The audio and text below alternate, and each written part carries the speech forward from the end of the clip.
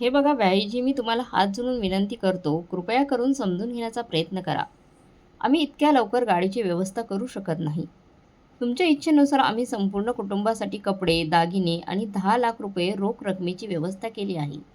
आम्ही पाहुण्यांसाठी चांगल्या भेटवस्तूंची व्यवस्था देखील केली आहे. आणि तुम्हाला माहीत आहे की लग्नात इतर खर्च देखील कमी नाही. आम्ही आमच्या क्षमतेपेक्षा जास्त व्यवस्था केलेली आहे. आता तुम्ही आम्हाला 40 लाखांची फॉर्च्युनर गाडी वेळेवर आणायला सांगत आहात. इतक्या कमी वेळात आम्ही इतके पैसे कसे व्यवस्था करू शकतो त्या पैशांची?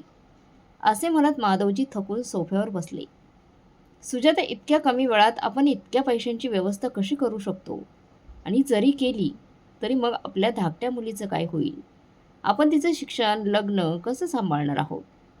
हे असं बोलत असताना माधवजींचा आवाज अश्रूंनी भरला होता. त्याचवेळी ईशाला समोर उभी असलेली पाहून माधवजींना धक्काच बसला. माधवजींची मुलगी ईशा तिच्या लग्नाच्या पोशाखात इतकी सुंदर दिसत होती, जणू स्वर्गातून एखादी अप्सरा पृथ्वीवर अवतरली आहे. तिच्या हातावर मेहंदी, तिचे दागिने आणि हिरे जडवलेल्या लग्नाच्या पोशाखात ती सर्वांच्या आकर्षणाचे केंद्र होती. पण तिच्या चेहऱ्यावर किंवा तिच्या डोळ्यात जो आनंद तिच्या चेहऱ्यावर दिसत नव्हता, जो वधूच्या सौंदर्यात भर घालतो. तिचा नवीन संसार सुरू करण्यापूर्वी प्रत्येक वधूच्या हृदयात एक आनंद असतो. पण आज ईशा का आनंदी नव्हती? तिच्या खोलीत तिला भेटायला येणारा जो कोणी तिच्या सौंदर्याचे कौतुक करत, शेवटी हा प्रश्न विचारत होता, तुझ्या चंद्रासारख्या चेहऱ्यावर इतके दुःख का आहे? आणि मग ती स्वतःशीच बोलायची. तिच्या आईवडिलांच्या घरापासून वेगळं होण्याचं दुःख प्रत्येक मुलीच्या डोळ्यात दिसते आणि हेच मुलीचं नशीब असतं. पण ईशा कुणालाही काहीही सांगू शकली नाही. काही वेळाने जेव्हा सर्व नातेवाईक खोलीतून बाहेर पडले, तेव्हा ईशा खिन्नतेत हरवली होती. खिडकीच्या पलीकडे असलेल्या शून्यात पाहत होती. ती विचार करू लागली, माझ्या भावी आयुष्यासाठी मी किती सोनेरी स्वप्न पाहिली होती. पण कोणाला माहीत होते, ही वास्तव हे त्या स्वप्नापेक्षा इतके वेगळे असेल. दरम्यान तिची धाकटी बहीण अंजली खोलीत आली. ईशाकडे पाहून तिने काळजीने विचारले, दीदी, तुझे डोळे इतके सुजले का आहेत? तू रडत होतीस का? अंजली काही वेळ ईशाकडे पाहत राहिली, नंतर तिचा हात धरून म्हणाली, दीदी, मला माहीत आहे की तू या लग्नावर खुश नाहीस. जर तुझे मन या नात्याला स्वीकारत नसेल तर तुझ्याकडे अजूनही वेळ आहे. तू तुझ्या मनातील भावना मम्मी पप्पांना सांगायला हव्यात. मला माहीत आहे, जरी तू काही बोलली नाहीस, पण तुझ्या लग्नात अजूनही अमनवरचे प्रेम आहे. तुला हवे असेल तर मी स्वतः त्यांच्याशी बोलू शकते. दीदी, जबरदस्तीने नातेसंबंधात अडकणं तुझ्यासाठी चांगलं नाही आणि त्यांच्यासाठी देखील नाही. तू तुझ्या आनंदाचा त्याग करू नकोस. ईशा म्हणाली, नाही अंजली, तू काय म्हणत आहेस? जर मला हे लग्न करायचे नसते तर मी आजपर्यंत वाट पाहिली असती का? आणि मला हे देखील माहीत आहे की जर मी माझ्या पालकांना, मम्मी पप्पांना हे सांगितले असते की मला हे नाते मान्य नाही, तर त्यांनी माझ्यावर कधीच दबाव आणला नसता. पण विचार कर अंजली, ज्या पालकांनी आम्हाला जन्म दिलाय, वाढवलंय, शिकवलंय आणि समाजात आपल्याला सन्मानाने जगायला लावलंय, त्यांच्या विरुद्ध जाऊन मी माझे नवीन आयुष्य कसे सुरू करू शकेल? ईशाच्या ओल्या डोळ्यात दुःख दिसून येत होते. ईशाने अंजलीकडे पाहिले आणि म्हणाली, तू माझी काळजी करू नकोस. आई बाबा माझ्याबद्दल कधीही वाईट विचार करू शकत नाहीत. त्यांनी खूप विचार करून माझ्यासाठी हे नातं ठरवलं असेल. मला त्यांच्या निर्णयावर पूर्णपणे विश्वास आहे. अंजली म्हणाली, पण दीदी, तू जरा विचार कर.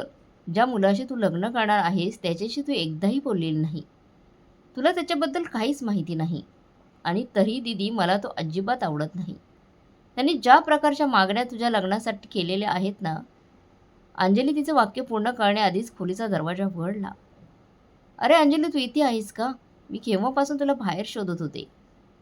सुजाताजी खोलीत प्रवेश करताच म्हणाल्या, या चाव्या घे आणि स्टोअर रूममधील मिठाईचे डबे घेऊन लवकर ये. सुजाताजींचा आवाज ऐकून अंजलीने तिचे वाक्य अपूर्ण सोडले आणि ती गप्प बसली. पण ईशाचा चेहरा आश्चर्याने आणि गोंधळाने भरलेला होता. तिच्या डोळ्यात प्रश्न होते, ते थेट अंजलीकडे पाहत होते. ईशा विचार करू लागली की पप्पांनी मला सांगितले होते की मुलाच्या कुटुंबाला हुंडामुक्त लग्न हवे आहे. मग कोणत्या मागण्यांबद्दल बोलले जात आहे? ईशाची चिंता वाढू लागली. अंजली शांतपणे चावे घेऊन खोलीतून मिठाईचे डबे घेण्यासाठी निघून गेली. ईशाने एक दीर्घ श्वास घेतला आणि गंभीर स्वरात म्हणाली, मम्मी मला पप्पांशी बोलायचं आहे, ते कुठे आहेत?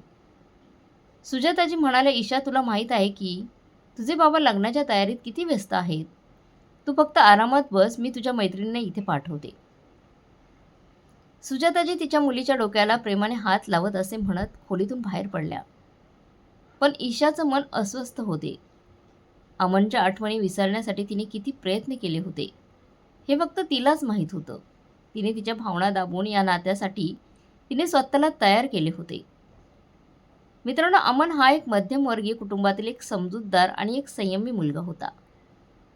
LLB शिकण्यासाठी कॉलेजला गेलेली ईशा त्याला भेटली. कॉलेजचा पहिला दिवस होता. ईशाने तिची स्कूटर पार केली आणि पार्किंग क्षेत्रातून बाहेर पडू लागताच त्याचवेळी एक वरिष्ठ विद्यार्थी विक्रम आणि त्याचे मित्र फ्रेशर्सना त्रास देऊ लागले आणि त्यांनी ईशाला घेरले. ईशा एकटी उभी असताना ईशाचे डोळे अश्रूंनी भरले. तिला काय करावं हे समजत नव्हतं. तेवढ्यात अमन, जो विक्रमचा वर्गमित्र होता, त्याने ईशाला घाबरलेलं पाहिलं आणि रागाने म्हणाला, अरे थोडी लाज बाळगा. जर तुम्ही मुलींचा आदर करू शकत नसाल तर किमान त्यांना त्रास तरी देऊ नका. तुम्ही ती शिकण्यासाठी आला आहात की मुलींना त्रास देण्यासाठी आला आहात?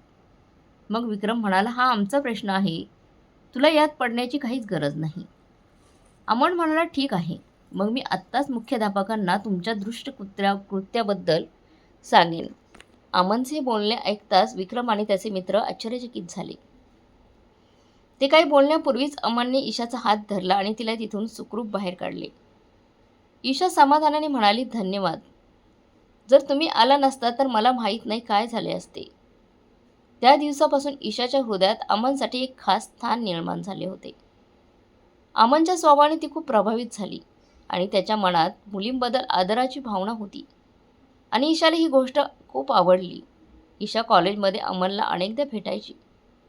थोड्याच दिवसात दोघे चांगले मित्र झाले आणि मैत्रीचं रूपांतर प्रेमात कधी झाले हे त्यांना कळलंच नाही.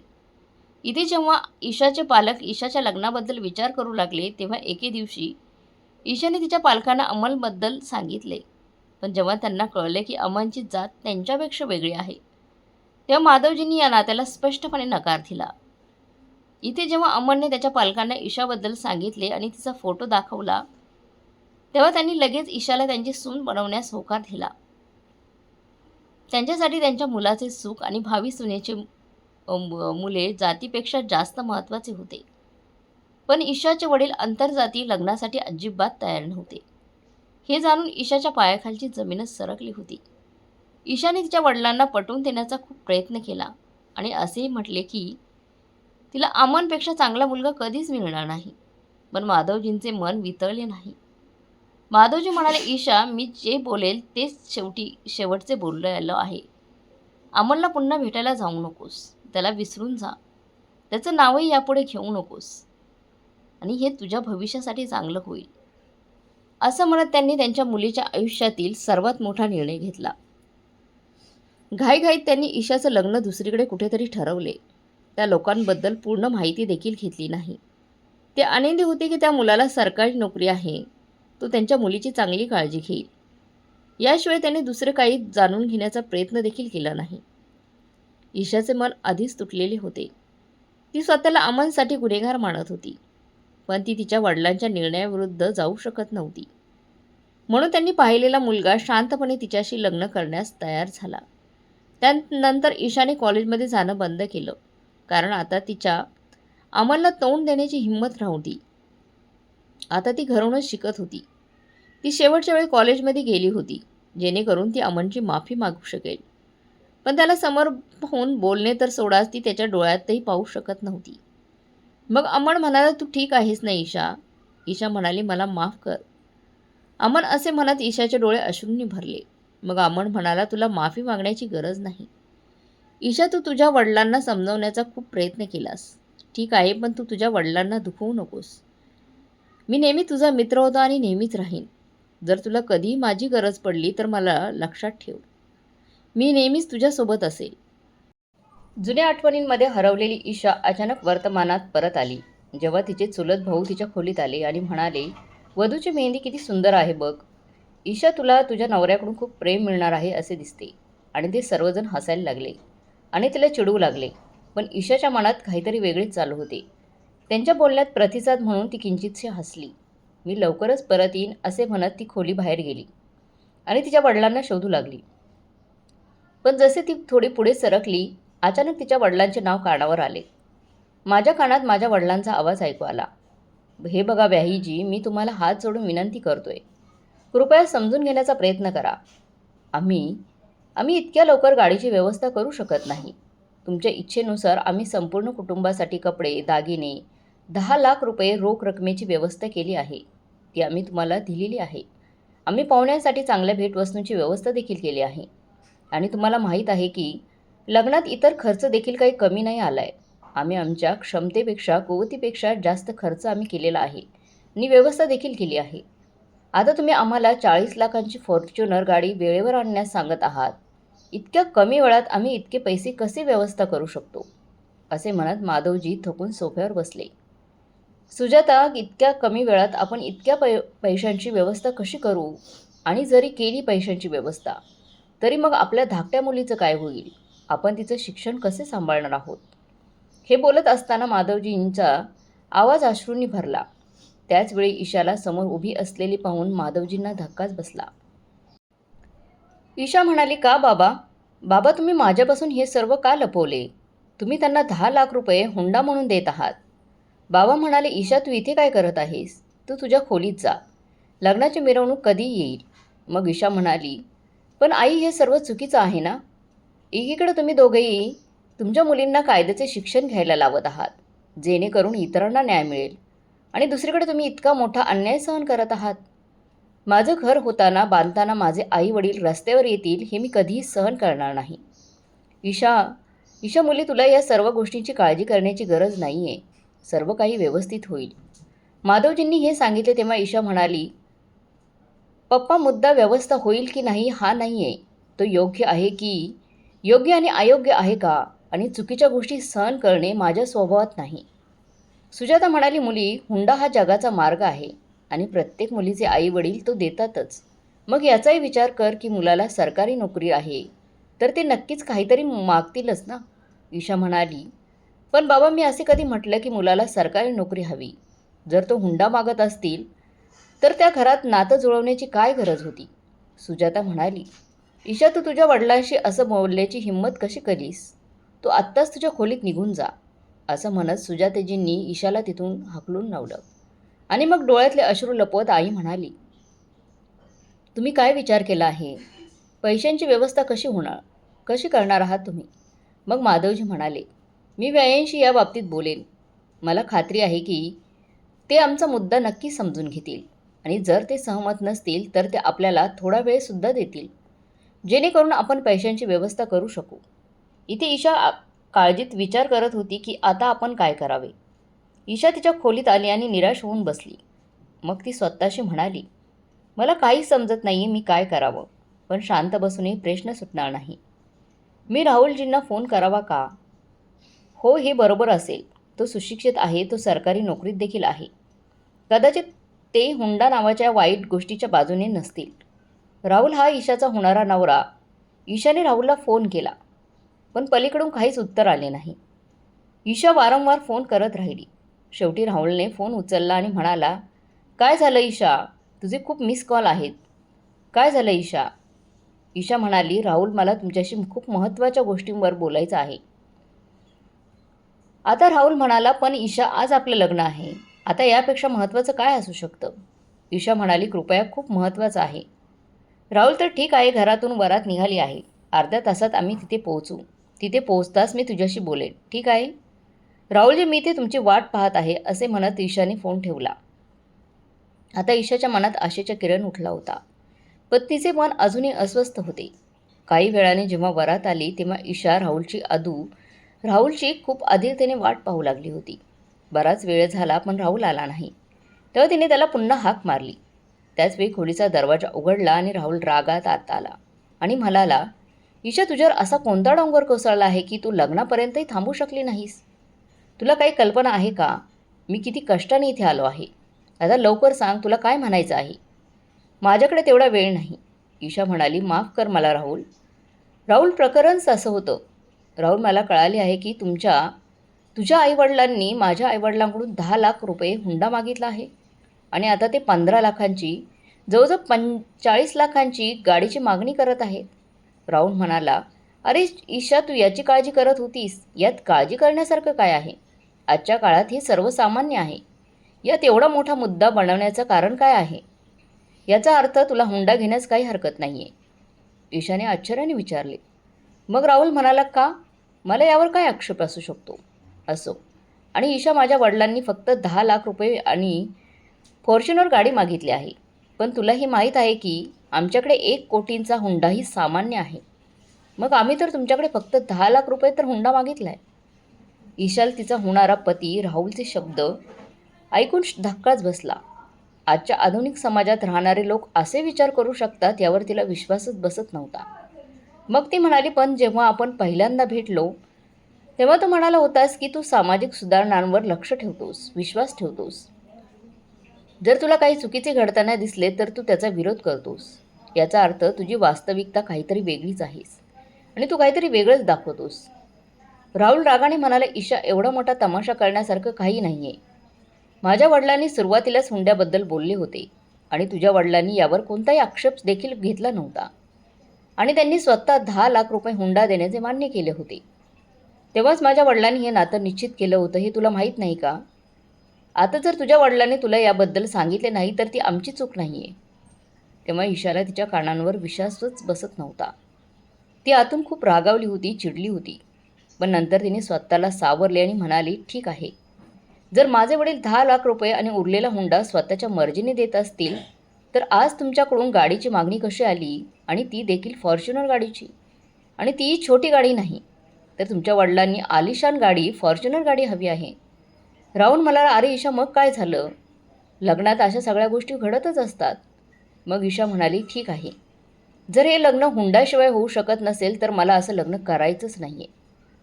ईशाचं स्पष्ट उत्तर ऐकून राहुल स्तब्ध झाला आणि नंतर परिस्थिती नियंत्रित करत म्हणाला, ठीक आहे, ठीक आहे ईशा, तुला गाडीची समस्या आहे ना, म्हणून मी आत्ताच माझ्या वडिलांशी बोलेन आणि गाडीची गोष्ट इथेच संपवून टाकूया. मी माझ्या वडिलांना समजावून सांगेन. यानंतर असं काही होणार नाही. आता तर तू आनंदी आहेस ना? आता मी बाहेर जात आहे. उशीर होत आहे लग्नाला. आणि बाहेरचे सगळे विचार करत असतील की राहुल कुठे गेला. राहुल खोटे हस्त आंदोलन करत म्हणाला आणि पटकन बाहेर निघून गेला. ईशा राहुलच्या बोलण्यावर समाधानी नव्हतीच. पण वडिलांच्या आदराचा विचार करत ती गप्प राहिली. पण तिचे वाहणारे अश्रू थांबवता आले नाहीत तिला. काही वेळाने राहुलने ईशाला फोन केला आणि म्हणाला, ईशा, मी पप्पांशी बोललो आहे आणि त्यांनी होकार दिला आहे. ठीक आहे. राहुल, धन्यवाद असं म्हणत ईशाने फोन ठेवला. पण राहुलचे विचार, अशा प्रकारचे विचार कळाल्यानंतर तिला समजले की तो तिच्यासाठी योग्य मुलगा नाही आहे. दोघांचेही विचार अजिबात जुळत नाही. ईशा, तू तयार आहेस का? ईशाची मैत्रीण रुपाली खोलीत येताना असे म्हणाली. मग लगेच तिच्या अश्रू पुसत ईशा म्हणाली, हो रुपाली, मी पूर्णपणे तयार आहे. तुला काही कमी दिसत नाही का? रुपाली म्हणाली, हो, एक गोष्ट हरवली. माझ्या प्रिय मैत्रिणीच्या चेहऱ्यावरचे हास्य हरवले आहे. हे ऐकून ईशाचे डोळे पुन्हा अश्रूंनी भरले. मग रुपाली म्हणाली, थांब ईशा, तू अजून किती अश्रू लपवण्याचा प्रयत्न करणार आहेस? तुझ्याकडे अजूनही वेळ आहे. तुला हे लग्न मान्य नसेल तर अजूनही तू लग्नाला नकार देऊ शकतेस. ईशा म्हणाली, रुपाली, तूही त्याच गोष्टीचा विचार करू लागली आहेस का? तुला चांगलंच माहीत आहे की मी लग्न का करत आहे. तेवढ्यात अंजली आत येताना म्हणाली, हो, पप्पांच्या इच्छेनुसार, पप्पांचं मर्जी राहण्यासाठी तुझं लग्न होत आहे ना? कारण पप्पांना वाटतं की या लग्नानंतर तू खूप आनंदी होशील. पण तुला सत्यही माहीत आहे ना? ईशा रागात म्हणाली, तुम्हाला काय म्हणायचं आहे की मी भेडासारखी इथून पळून जावं आणि माझ्या आईवडिलांना सोडून या कलंकाने अपमानास्पद जीवन जगावं? प्रत्येकजण त्यांना सर्व प्रकारचे प्रश्न विचारील. त्यांनी दिलेल्या संस्कारावर बोट दाखवतील. आई आणि बाबा समाजात डोकं वर करून चालू शकणार नाही. कधीच माहीत नाही. मी इतकी स्वार्थी असू शकत नाही की माझ्या आईवडिलांना समुद्राच्या मध्याशी सोडून मी निघून जाईल. तेवढ्या सुजाताजी बाहेरून हाक मारत होत्या, ईशा, लग्नाला उशीर होत आहे. बाहेर सगळे तुझी वाट पाहत आहेत. लवकर बाहेर ये. सुजाताजी बाहेरून हाक मारत होत्या. अंजली म्हणाली, हो काकू, आम्ही दीदीला घेऊन येत आहोत. संपूर्ण हॉल फुलांनी सजवला गेला होता. ईशा बाहेर येता सर्वांच्या नजरा तिच्यावर खेळल्या. गाणं सुरू झालं. ईशाला राहुलच्या उंचीशी जुळणारी हिल्स घालण्यास सांगितले गेले. आता गुदमरल्यासारखे वाटत असलेली ईशा स्टेजकडे चालू लागली. तेव्हा तिची हिल्स मागे जमिनीवर असलेल्या कार्पेटच्या कडेला अडकली. अचानक ती तिचा तोल गमावून खाली पडली. हे पाहून सगळेच थक्क झाले. मग अंजली आणि रुपाली यांनी तिला उठण्यास मदत केली. तुला दुखापत तर झाली नाही ना? ईशा सुजाताजींनी विचारले. ईशा म्हणाली, नाही आई, मी पूर्णपणे ठीक आहे. फक्त माझी स्टल तुटली आहे. अंजली पटकन गेली आणि ईशासाठी दुसरी स्टल घेऊन आली. या दरम्यान स्टेजवर बसलेला राहुल हे सर्व पाहत होता, पण त्याने तिथून उठण्याची साधी तस्ती देखील घेतली नाही. वर्माला समारंभ संपल्यानंतर वधूवर खुर्चीवर बसले तेव्हा राहुलने ईशाला हळू आवाजात फटकारले आणि म्हणाला, तू काळजीपूर्वक चालू शकत नव्हतीस का?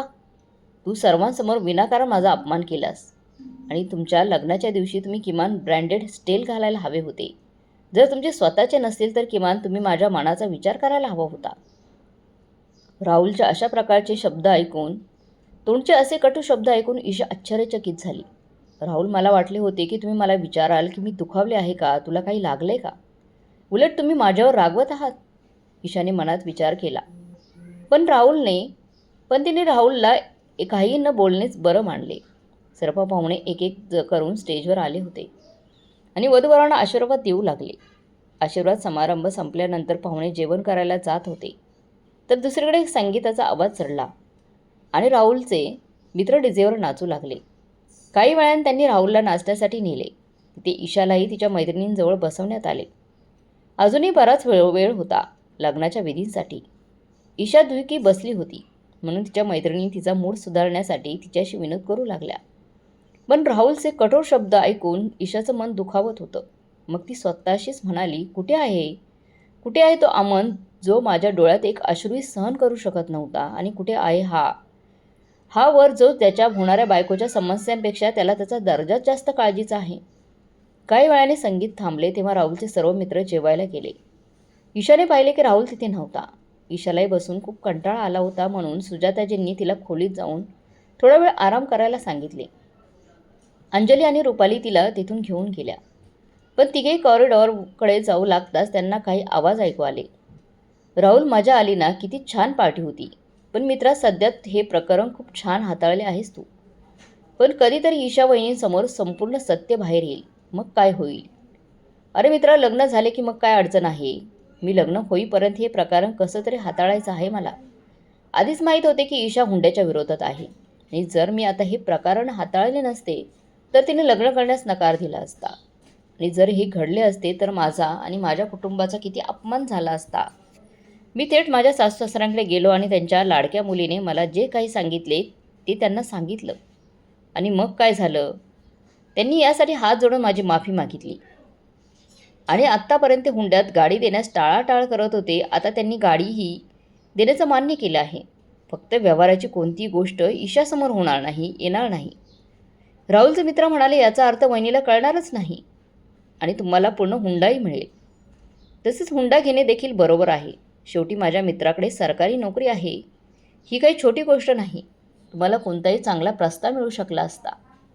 जेव्हा मित्राने हे सांगितले तेव्हा राहुल म्हणाला, हो, मला खूप प्रस्ताव आले असते, तुम्हाला खूप हुंडा मिळाला असता. पण मित्रा, ईशासारखी सुंदर आणि सुशिक्षित मुलगी मिळवणं सोपं काम नाही.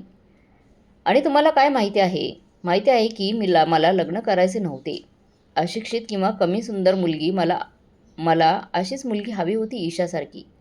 आणि मग लग्नानंतर मी तिला नक्कीच धडा शिकवेन. राहुलचे बोलणे ऐकून ईशाचा तिच्या कानांवर विश्वासच बसेना. मग राहुलचा मित्र म्हणाला, पण राहुल, वहिनींचं इतकं बोलणं तू शांतपणे कसं ऐकलंस? असंही होऊ शकतं की आमचा हुशार आणि बलवान राहुल वहिनींसमोर आल्यावर मांजरीसारखा होतो. लग्न एकदा तरी होऊ दे. तिने मला जे काही सांगितलं आहे मी त्याचा बदला नक्कीच घेईन. सर्वात आधी मी तिला कायद्याच्या प्रॅक्टिसमधून काढून टाकेन, कारण ती जास्त बोलते. लग्नानंतर जर मी त्या पप्पांच्या देवदूताचे पंख कापले नाही आणि तिच्या जिभेला कुलूप नाही लावलं तर माझं नाव राहुल नाही. हे बोलणे ऐकून तर ईशा तिथे स्तब्ध उभी राहिली. अंजली आणि रुपालीलाही धक्काच बसला. ईशाला यापेक्षा जास्त काही ऐकू आले नाही. ती तिथून तिच्या खोलीत पळून आली आणि तिच्या दुर्दैवावर ढसढसा रडू लागली. तिला या अवस्थेत पाहून अंजली स्वतःला सावरू शकली नाही. तिने लगेच तिच्या वडिलांना फोन केला. तेवढं माधवजी मंडपाची तयारी करत होते. पप्पा, कृपया लवकर खोलीत या. मला तुमच्याशी काहीतरी महत्त्वाचं बोलायचं आहे. पण ईशा, काय झालं? काय काम आहे? माधवजींना काळजीत विचारले. ईशा म्हणाले, मी तुम्हाला फोनवर सांगू शकत नाही. प्लीज लवकर या. सगळी तयारी सोडून इकडे या.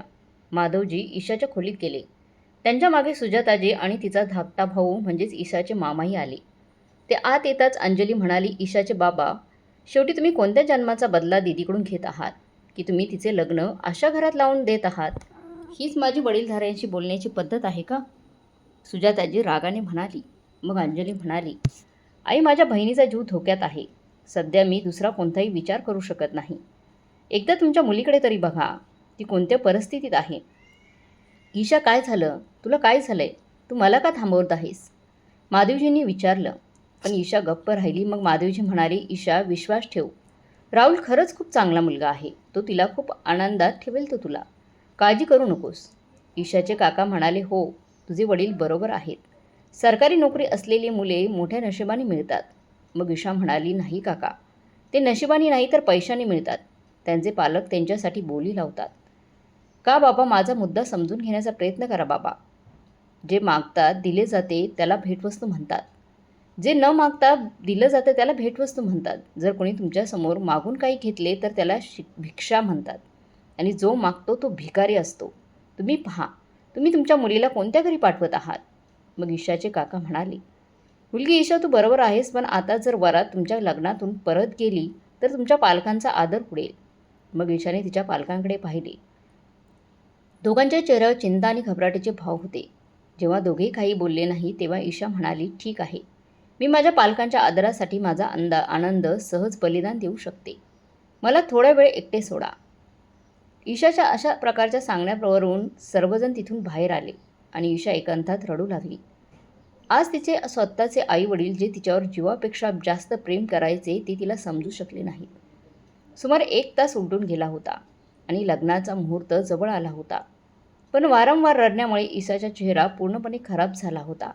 लग्नाची नवरी ती दिसतच नव्हती. रुपालीने तिला पुन्हा तयार केले आणि तिच्या आईवडिलांच्या विनंतीवरून तिला लग्नासाठी मंडपात आणले. पण ईशाच्या चेहऱ्यावर कोणतेही भाव नव्हते.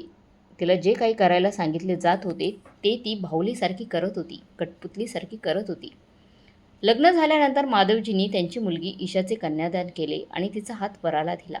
लग्न संपले आणि त्यासोबत वधू ईशाची आनंदाच्या आशा आणि अपेक्षाही भंगल्या. पण निरोपाची वेळ येताच राहुलचे वडील म्हणाले, माधवजी, तुम्ही तुमच्या मुलीला निरोप देण्याची इतकी घाई का करताय? आधी हुंड्याच्या वस्तू पाहूयात. मग माधवजी म्हणाले, पण आपण या गोष्टींवर नंतर चर्चा करू शकतो. तेव्हा राहुलचे वडील जवळजवळ गर्जना करतच म्हणाले, माधवजी, आम्हाला ना 10 लाख रुपये रोख मिळाले ना आम्हाला कुठेही आमची फॉर्च्युनर गाडी दिसत आहे. अशा परिस्थितीत तुमच्या मुलीच्या शेवट निरोपाचा प्रश्नच उद्भवत नाही.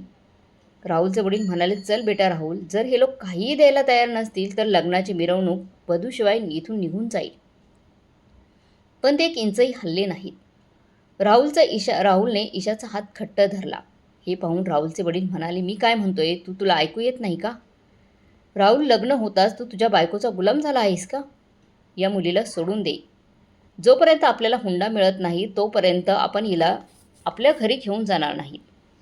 आमच्या घरी घेऊन जाणार नाही. राहुल, तू येतोस की नाही? तर ईशाचे काका म्हणाले, हो राहुल, नक्कीच तुमच्यासोबत जाईल. असे म्हणत काका आत गेले आणि राहुलला सोबत घेऊन आले. राहुलला पाहून सगळेच थक्क झाले. तो सर्वांसमोर बनियन आणि अंडरवेअर घालून उभा होता.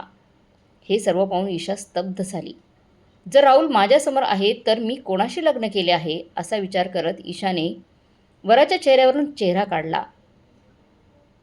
पण त्याला पाहताच तिचे डोळे उघडले. तिला खात्री नव्हती की हे खरे आहे की स्वप्न आहे. आनंद आणि आश्चर्याच्या संमिश्र भावनेने ती तिच्याकडे पाहत होती. कारण तिच्यासमोर अमनशिवाय दुसरे कोणी नव्हते. राहुलचे वडील रागाने म्हणाले, इथे काय चालू आहे सगळं? आणि राहुल, तू आत काय करत होतास? आणि तेही या अवस्थेत? मग राहुल म्हणाला, बाबा, आपली फसवणूक झाली आहे. खूप मोठी फसवणूक. मी नुकताच वॉशरूमला गेलो होतो. मला माहीत नाही की मला कसं बेशुद्ध केलं गेलं. आणि त्यानंतर जेव्हा मी शुद्धीवर आलो तेव्हा मी स्वतःला अशा अवस्थेत स्टोअरूममध्ये बंद केलेले आढळले. राहुलचे वडील रागाने संतापाने म्हणाले, हा काय उद्धटपणा आहे? माझा माधवजी, मला या कृत्याचं उत्तर हवे आहे. मग माधवजी म्हणाले, हो, मी नक्कीच उत्तर देईन. तुम्हाला तुमच्या प्रत्येक प्रश्नाचं उत्तर मिळेल. पण त्याआधी अंजली, त्यांना त्यांच्या मुलाचे विचार सांग. हो बाबा, असे म्हणत अंजलीने रेकॉर्डिंग वाजवले. तिथे उपस्थित असलेल्या सर्व लोकांनी राहुल आणि त्यांच्या मित्रातील संभाषण ऐकले आणि सर्वांनाच आश्चर्याचा जबरदस्त धक्का बसला.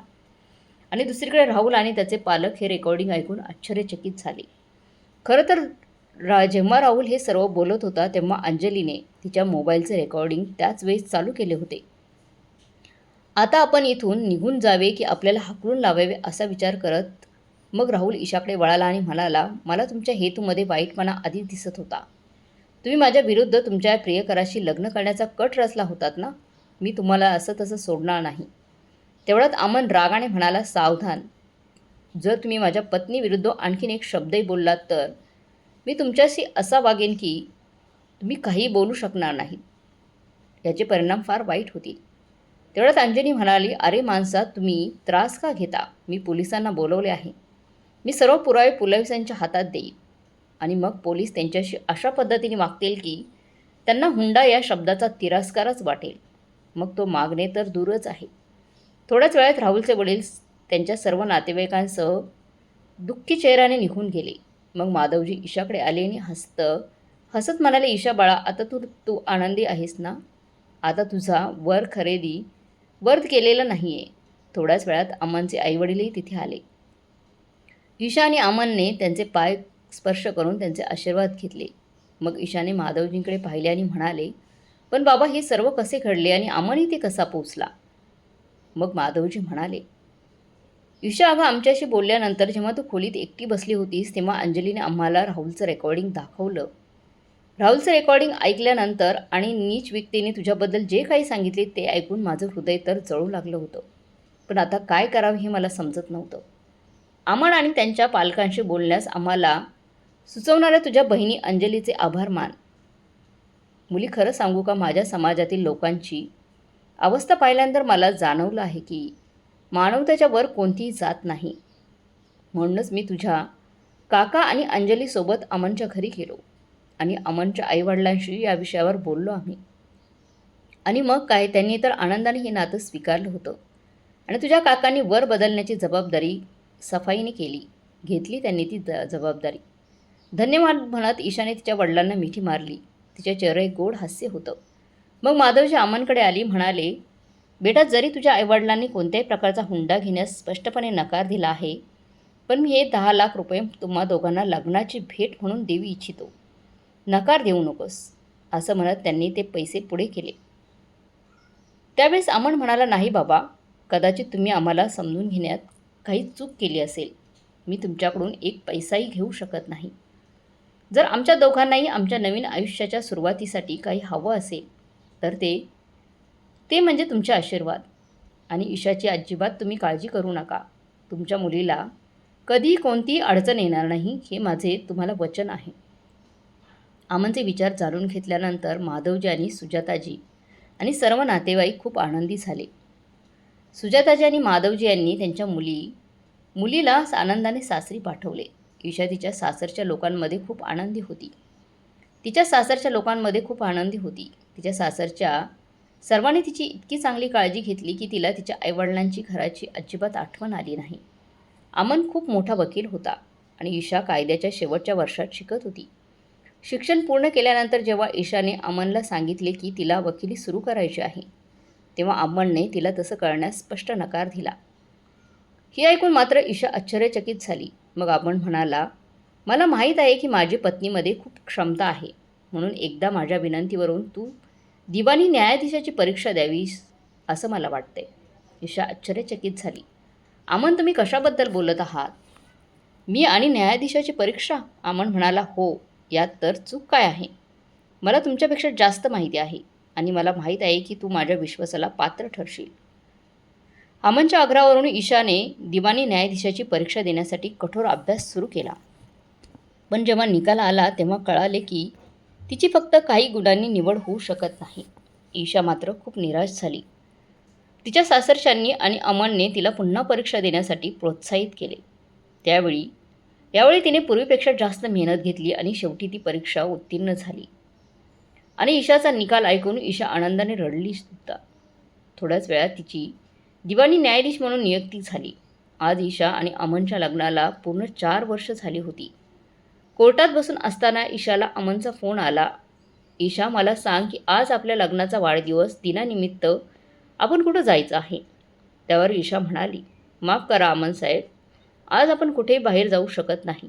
कारण आज कोर्टात हुंड्याचा खटला सुरू आहे, ज्यामध्ये मुलीवर इतका अत्याचार करण्यात आला आहे की ती रुग्णालयात गंभीर अवस्थेत आहे आणि मी स्वतः जाऊन तिचा जबाब नोंदवू इच्छिते.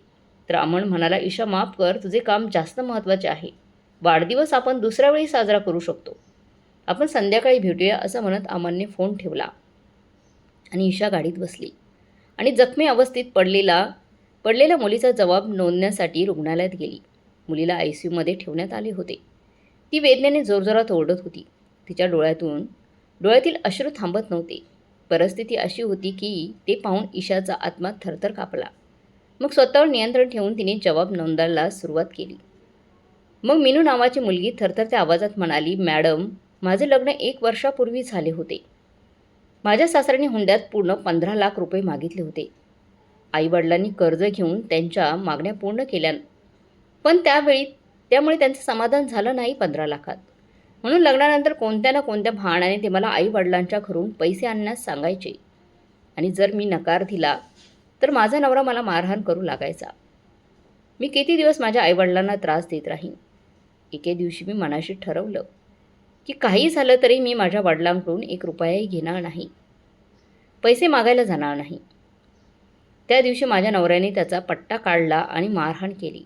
जेव्हा त्याला कळाले की मी त्याचे काही ऐकणार नाही, माझी सुटका करण्यासाठी त्याने रॉकेल आणले आणि ते माझ्यावर शिंपडले आणि नंतर माचीच्या काडीने असे म्हणत ती जोरात रडू लागली. माणूस इतक्या क्रूरतेपर्यंत जाऊ शकतो का? हे विचारून ईशाचे हृदय तुटत होते. मग ती मुलगी म्हणाली, मी पटकन बाहेर पळून गेले, हे बरं झालं. आणि माझ्या ओरडण्याचा आवाज ऐकून शेजारी मला मदत करायला आले. नाहीतर वेदनेने मीनू पुन्हा रडू लागली होती. तिने पाहिले की मुलीचा एक हात आणि तिच्या मानेचा एक भाग जळाला होता. तिच्या संपूर्ण शरीरावर जखमाच्या खुणा होत्या. काळजी करू नकोस, तुझ्यावर झालेल्या प्रत्येक अत्याचाराचा हिशोब घेतला जाईल. ईशाच्या आदेशानुसार मुलीच्या सासरच्या लोकांना नोटीस पाठवण्यात आली आणि जेव्हा ते खटल्याच्या सुनावणीसाठी न्यायालयात हजर झाले तेव्हा त्यांना पाहून ईशाचे डोळे पाणवले आणि रागही आला. कारण ते लोक दुसरे तिसरे कुणी नसून हुंडा लोभी राहुल आणि त्याचे पालक होते. त्यांना पाहून ईशाच्या मनात तिच्या भूतकाळातील घटना उलगडू लागल्या. मग ती विचार करू लागली, जर त्याच दिवशी या लोकांविरुद्ध पोलीस तक्रार दाखल केली असती आणि त्यांना तुरुंगात पाठवलं असतं तर कदाचित त्यांनी दुसऱ्या कोणत्याही मुलीला आपला बळी बनवलं नसतं.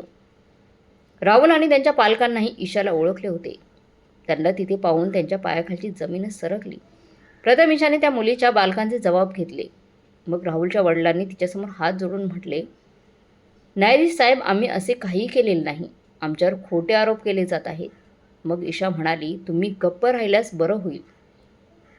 मला चांगलंच माहीत आहे तुमच्यासारखे राक्षस कोणत्या थराला जाऊ शकतात. मग ईशाने राहुलच्या परिसरात राहणाऱ्या लोकांना न्यायालयात बोलवून त्यांचे जबाब घेतले आणि संपूर्ण सत्य मग बाहेर आले. राहुलच्या पालकांना संपूर्ण प्रकरणासाठी दोषी ठरवण्यात आले आणि त्यांना 5 वर्षांची सक्त मजुरीची शिक्षा सुनावण्यात आली. तर राहुलला 10 वर्षांची तुरुंगवासाची शिक्षा सुनावण्यात आली आणि मीनूला 50 लाख रुपये भरपाई म्हणून दंड म्हणून देण्याचे आदेश देण्यात आले. असेही सांगण्यात आले की जर भरपाईची रक्कम निर्धारित वेळेत दिली नाही तर शिक्षा तीव्रतेसह वाढवली जाईल.